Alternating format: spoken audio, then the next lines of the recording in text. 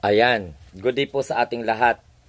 Sa mga nakasubaybay po ng press conference ni Chavit Singson, na akala natin mayroon po siyang pasabog, akala natin yayanigin ang gobyerno, no? Akala natin talagang anti-corruption siya kasi pinagmamalaki po ng mga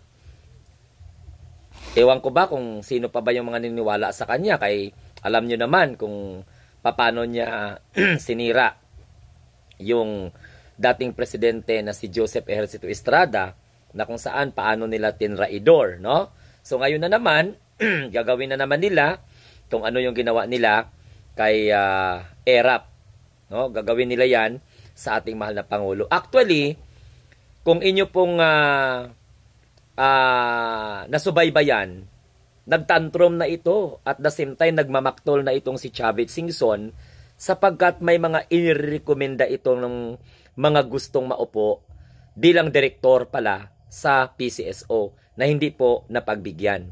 Kaya lahat ibibintang sa Pangulo, kasama na doon yung walang utang na loob at hindi na daw po siya kilala ng ating mahal na presidente.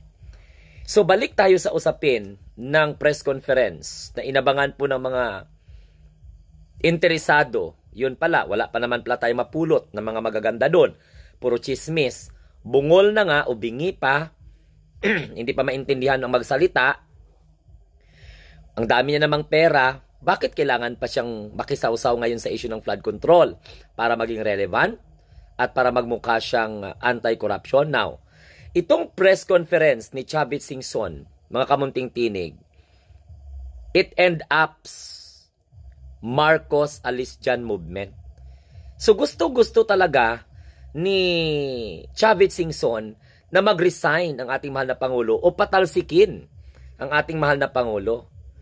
No, para magmukha silang kaaya-aya sa tao, pero yun po ay pagbabalat kayo at maskara lamang. Kung baga nagbabalat kayo, nagpipretend na siya po ay isang anti-corruption, pero ang katotohanan po dyan, ang gusto niya lang talaga ay i-install si Sara Duterte bilang Pangulo ng Republika ng Pilipinas. Hypocrisy to the highest level. Kaipokrituhan. Sa totoo lang talaga. Kasi, mantakin ninyo yung hinahangaan ninyo na si Chavit Singson. Inamin niya mismo yan sa press conference niya kanina, mga kamunting tinig, mga DDS, na kung saan siya po yung may-ari ng Satrap Construction. Itong Satrap Construction na ito, kumubra ito ng 62 contract. Diyan po sa Ilocos Sur, from 2016 kung saan si Rodrigo Duterte ang Pangulo ng Republika ng Pilipinas, up to 2025 under ngayong administration na ito. So titingnan po ninyo from 2016 to 2025 itong Satrap Construction na ito na baka masali sa investigation. Diyos ko, amounting to 2.7 billion pesos at yan po ay according mismo sa data ng Department of Public Works and Highway. So, tandaan po ninyo na itong si Chavit Singson, may anak ito na congressman. Okay? May anak ito, ewan ko ngayon kung congressman na, pero dati, governor. Siya po yung governor that time, yung anak ni Chavit Singson, 2016 to 2022. Okay? Ang pangalan ng anak niya si Ryan Louis Singson, a governor during 2016 up to 2022. Tapos, yung kanyang kapatid na si Jerry Singson, governor naman 2022. Naintindihan ninyo, mga kamunting tinig? Pumalit yung kanyang kapatid. So itong si Chavit is actually to blame for South Korea canceling its loan to the Philippines. Ganun pala yun. Okay. So ito po mga tingtinig, yung Hankore reported that Luis Chavit Singson Group was supposed to participate in the proposed PBBM Bridges project, which would have cost 28.3 billion or just a little about 700 billion Korean won. Kaya galit sa corruption ng contractors, pero siya mismo malaking contractor. Nireport mismo ito na yung Luis Chavez Singson Group was supposed to participate in the proposed PBBM Bridges project, which would have cost 28.3 billion. So yun ibig sabihin 700 billion Korean won.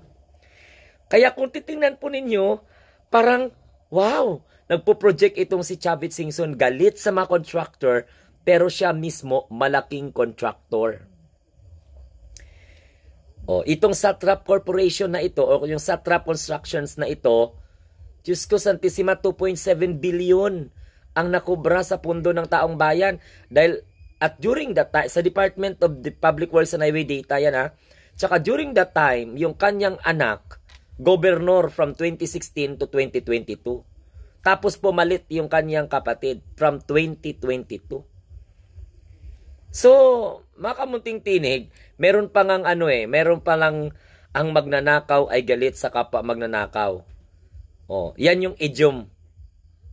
So ngayon, nabanggit lang ng media, nahalungkat ng media, na kontrolado nila yung mga infrastructure projects sa Ilocos Sur, abay nagalit na ngayon. At inipon niya yung galit niya. Mantakin mo, gusto nila mag-resign ng ating mahal na presidente.